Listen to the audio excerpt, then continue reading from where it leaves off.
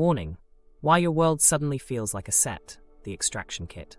Your apartment looks staged, your hands feel borrowed, your partner's voice sounds dubbed. You blink, but nothing moves inside you. It's like walking through a set where the props are perfect and you're the extra who forgot the lines. The clock on the wall stretches time like gum. Colors feel one shade too low. Your own name lands like a username you once chose. You're scared you're going crazy. Work is slipping. Sleep is wrecked. Friends don't get it. Here's the part almost everyone misses. Your brain is trying to protect you. It overshot. And there's a way to bring you back. The set phenomenon, naming the unreality. The first time it hits for real, it's rarely in a quiet place. It's under bright lights. Fluorescence in a grocery aisle. The milk fridge howling like a jet engine. Your cart's handle is cold and too smooth. You stare at your hand, and it doesn't belong to you. Your chest goes tight, throat goes hollow, and the world tilts from 3D to cardboard scenery. You float home. You check the mirror 3 times to confirm you still exist. You text a friend just to feel the ping. The reply registers like a notification from someone else's life. That's the set. Your reality looks staged. Depth is flattened, as if a dimmer switch got dragged down on color, sound, and meaning. Time rubber bands, minutes stretch, hours collapse. Yourself feels an inch to the left of your body, watching from behind glass. People's faces look familiar but thin, like masks with correct features, but no warmth behind the eyes. Street noise becomes a looped audio track. You keep thinking, I'm here but not here. To get our footing, we need names. Depersonalization is when you feel unreal to yourself. Your thoughts, your hands, your emotions feel distant or automated. Derealization is when the world feels unreal, flat, foggy, dreamlike, far away. They often travel together, so most people just say DPDR. Anxiety can be loud in the background, racing heart, shallow breath. But DPDR is not the same as constant panic. It can idle cold and steady. And this matters. Psychosis is different. Psychosis means fixed false beliefs or hallucinations and a loss of insight. In DPDR, insight is intact. You know this is a state. In predictive coding terms, your belief model stays online, while precision is misassigned. That gap, terrifying as it feels, is protective. The stakes are real. Work quality drops because attention splinters. You avoid intimacy because touch feels like acting. You start collecting medical tests, thyroid, MRI, blood panels, hoping for a concrete answer. Sometimes the thoughts turn dark. If you're having active suicidal thoughts or feel unsafe, pause this and reach out now. Emergency services, a crisis line, or a trusted person. DPDR can be brutal, but it is not a sentence, and it is not brain damage. It's a mode your system slid into. There's a trapdoor hidden under the floorboards, the maintainers. You try to fix the unreality with endless checking. You stare in mirrors to see if your face clicks. You touch countertop edges to feel realness pings. You wear sunglasses indoors to mute brightness, hood up to dull the world, headphones with no music just to buffer. You ask people, do I seem normal? You Google symptoms at 2 a.m., then at 2:07, then at 2:13. You doom scroll other people's stories until your own becomes a script you can't stop reciting. You stop playing, stop novelty, stop joy, because you want to control the variables. It makes sense, and it keeps the set intact. Here's the hint that reconnects this to biology. Your brain is a prediction machine, a Bayesian brain. It's always comparing what it expects, priors, to what's coming in from your senses and from inside your body, prediction errors. When the mismatch is high, after panic, shock, sleep debt, or cannabis/stimulants, the brain has a dilemma: upweight the flood of weird sensations, or lean on the old model of, I'm fine?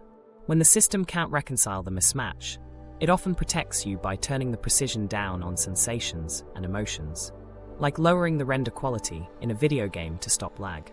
Safe but flat. That's why you feel like a camera moving through scenery. The mind leans into thinking about thinking, hyper-mentalizing, while the felt sense of the body, interoception, goes quiet. Thoughts get sharp, but sensations go blurry. It's not a failure of character. It's a protective overcorrection in precision weighting.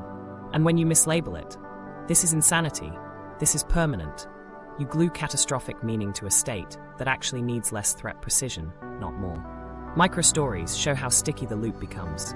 A college student starts avoiding afternoon classes because sun through windows looks too HD. She sits in the back, hat low, scanning faces for proof of connection. Each scan says still unreal, which her brain logs as keep defenses up. A new dad checks his pulse. Every hour, convinced the numbness means stroke. Every normal beat he reads is inconclusive, so he checks again. A designer stops listening to music because it doesn't feel like anything anymore. Weeks later, nothing feels like anything anymore. None of this means you did something wrong. It means the behaviors that reduce fear for a minute starve the brain of the corrective evidence it needs to recalibrate. If you never stay in the grocery store long enough for the weirdness to plateau, your brain never learns. Oh, fluorescents feel wrong, but nothing bad happens.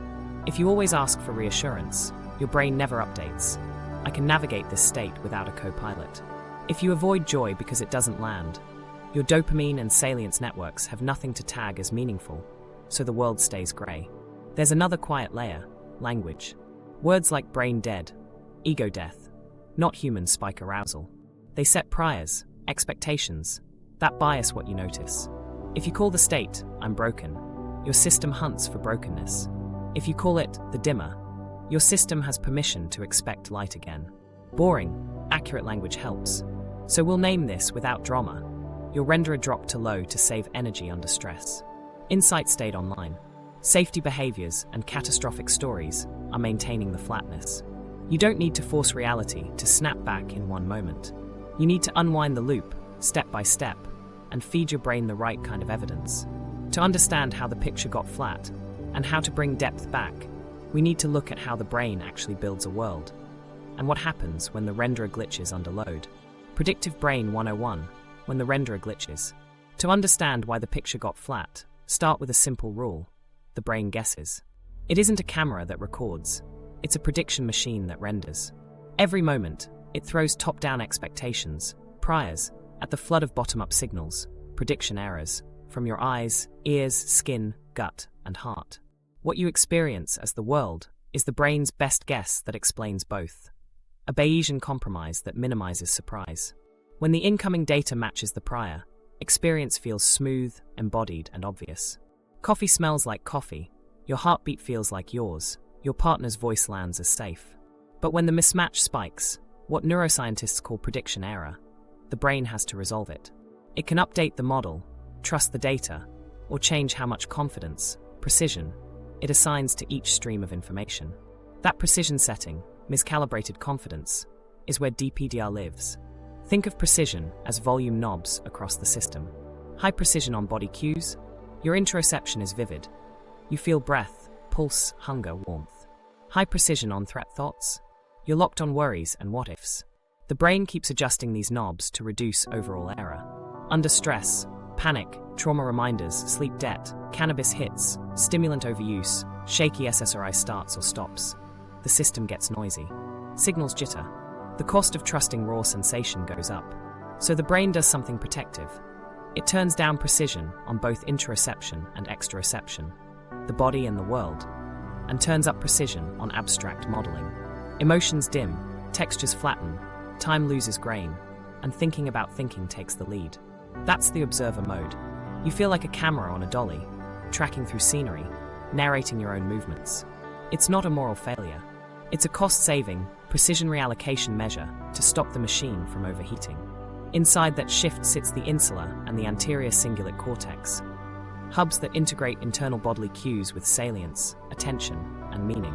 When interoceptive signals are blunted or flagged as unreliable, the brain loses a key anchor of self-presence. The felt sense of me here fades, even if your thoughts keep churning. Meanwhile, the amygdala tags ambiguity as threat, especially under allostatic load, because uncertainty under load looks dangerous, and the archive of past stresses biases the tag. Here's where the renderer metaphor earns its keep. Under heavy graphics load, a game lowers texture quality and shadows to prevent a crash. The scene plays, just with fewer details. Your brain does the same. It lowers render quality, depth and effect to reduce error costs. Safe but flat. If life stabilizes and you don't add alarm, the renderer can ramp back up. But if you mislabel the flatness as catastrophe and start checking, avoiding, and doom searching, you teach the system. Keep it low, danger remains. Microstory. 3 days after an all-nighter and too much caffeine, a grad student feels a sudden wave of unreality in a seminar. He clamps down, stares at a crack in the table, and promises himself he'll Google every symptom at home. Walking back, light looks fake. He repeats, "What is happening?" like a spell. That night, the tabs multiply. The brain learns. Abstract problem-solving gets precision. Embodied contact is unsafe. The render stays low. Now flip the lens to precision again. Over-precision on thought streams means intrusive meta-commentary feels truer than the chair under you. Under-precision on sensation means the chair barely registers. The solution isn't to argue with every thought. It's to quietly lower its precision while raising the body's. That's why slow nasal breathing with longer exhales helps. It stabilizes CO2 and nudges vagal tone, making interoceptive signals less noisy, more trustworthy. That's why steady sleep protects the system. It restores priors and recalibrates thresholds so normal fluctuations don't read as threats. What nobody knew at the time, moments often sit in physiology. Hyperventilation, common in anxious states, drops CO2, which changes blood pH, which makes you lightheaded and spacey. If the brain reads those sensations through a catastrophic prior, unreality gets tagged as danger. If you relabel and breathe low and slow, the same sensations become background. The world regains weight, not because you convinced yourself, but because you changed the data-to-model ratio. Meanwhile, allostatic load, the wear and tear from chronic stress, pushes the system toward energy conservation. The brain's archive of past overwhelm biases new ambiguity toward shutdown. Dissociation, in this frame, is a throttle. Short-term, it prevents overload. Long-term, if you keep pressing the brake with checking and avoidance, you never get back on the highway. Here's the crucial turn. DPDR isn't a broken reality detector. It's a miscalibrated confidence assigner in a predictive coding system. Insight is intact. That's why you can say something's off. The job isn't to prove reality with rituals. It's to retune the knobs. You'll do that by changing language. Boring, accurate labels reduce threat precision. By changing physiology, breath, sleep, fuel raise interoceptive precision. And by changing behavior, staying in safe but weird contexts supplies corrective evidence the model needs. Another micro-story. A barista notices morning shifts in bright cafes spike her unreality. She starts wearing sunglasses at the espresso machine. Relief. Weeks later, the cafe feels even flatter without the glasses. She flips the script. No sunglasses, slow exhale between orders, eyes track the steam, feel of the pitcher, weight of the cup. She stays until the weirdness plateaus, then 30% longer. Boredom creeps in. The renderer nudges up. So, when does the renderer crash instead of recover? When overload stacks, mislabeling sticks, avoidance narrows life, hypermonitoring amplifies threat cues, and relief behaviors get wired in. That's the 5-event chain. And that's exactly what we're going to unwind carefully, so the system relearns depth without force. The 5-event chain that flips you into DPDR. This was the moment everything changed. Not the first jolt of weirdness, but the sequence that kept it. 5 linked events pull the renderer down and hold it there. If you can see them, you can unwind them. Event 1, overload. It starts with too much, too fast, for too long. A panic crescendo after weeks of thin sleep. A cannabis hit that lands harsher than you expected. A shock, news that yanks the floorboards. Or a slow burn burnout that finally tips. Underneath, your precision knobs are already drifting. Low sleep, jittery caffeine, a stomach off, a chest that's breathing high and fast. Prediction errors spike. The data feels wrong. The model feels shaky. The system picks the safest move. Reduce intensity, so you don't fry the circuits. You feel the dimmer slide. Your hands are yours, but faint. The room is real, but flat. That's overload, not omen. Event 2, mislabel. The sensations grab a story fast. I'm broken. I'm losing my mind. This is permanent. The amygdala tags the state as threat. Now the prior, the expectation you bring into each moment, says unreality is dangerous and must be fixed right now. That label matters. The same sensations with a different label. My brain pulled the dimmer. It overshot. Don't amplify. With catastrophe on board, every flicker confirms the story. Your mind starts scanning for more evidence. And of course it finds it, because scanning changes what you notice. Microstory. 2 hours after a bad edible, a musician stares at his hands and thinks, I broke my brain. That sentence sticks to every future twinge. Weeks later, a normal wave of fatigue lands, and the sentence fires. Threat again. The tag becomes the trap. Event 3, avoidance. Now you shrink your world. You cancel the brunch, skip the afternoon class with the sunglare windows, stop taking the after-work train because motion feels too silky and fake. You keep your hood up. You sit in safe corners. You pull back from play because joy feels muted, and that scares you. You avoid mirrors unless you're checking. You avoid checking unless you're sure it'll work. The problem? By stepping away from safe but weird contexts, you withhold the corrective evidence your brain needs. It never gets to learn that the grocery store looks wrong and nothing bad happens, repeatedly, until it's boring. Microstory. A teacher moves her desk to the back of the classroom so she can watch, not engage. Relief for a week. Then the room starts to feel even flatter from back there. The renderer follows the behavior. Event 4. Hypermonitoring. You point your attention inward and at the edges of reality, like a searchlight. Do I feel real yet? Is my voice mine? Does that color look off? You check your pulse. You watch your breath. You reread texts to see if the words feel like you wrote them. You ask your partner, do I seem normal? You Google DPDR permanent at midnight and again at 1. Each check puts high precision on the unreality channel. It also spikes arousal. The brain logs, this state is dangerous, stay vigilant. Now even neutral sensations, CO2 shifts from a sigh, a hum of light, become cues to recheck. The loop tightens. Event 5, reinforcement. Every safety behavior that buys a minute of relief teaches your nervous system to keep doing it. Hebbian learning. Neurons that fire together wire together. Doesn't care if the relief leads to long-term stuckness. Sunglasses indoors pair with less overwhelm, so your brain pairs sunglasses with safety. Avoiding the bright supermarket pairs with fewer spikes, so avoidance becomes default. Reassurance pings pair with a drop in fear, so pings become necessary. The renderer stays on low, not because it can't move, but because your daily choices keep telling it not to. Parallel action. While you're avoiding and checking, your body map gets quieter. Interoception goes faint from disuse and fear. Sleep stays choppy, blood sugar wobbles, breathing stays high and fast. Those physiology layers keep prediction errors noisy. The mind, already tagged to threat, doubles down on narration. You feel like a camera because your system is incentivizing observation over participation. Here's the hinge in the door. None of these events are moral failures. They're understandable attempts to stop overwhelm.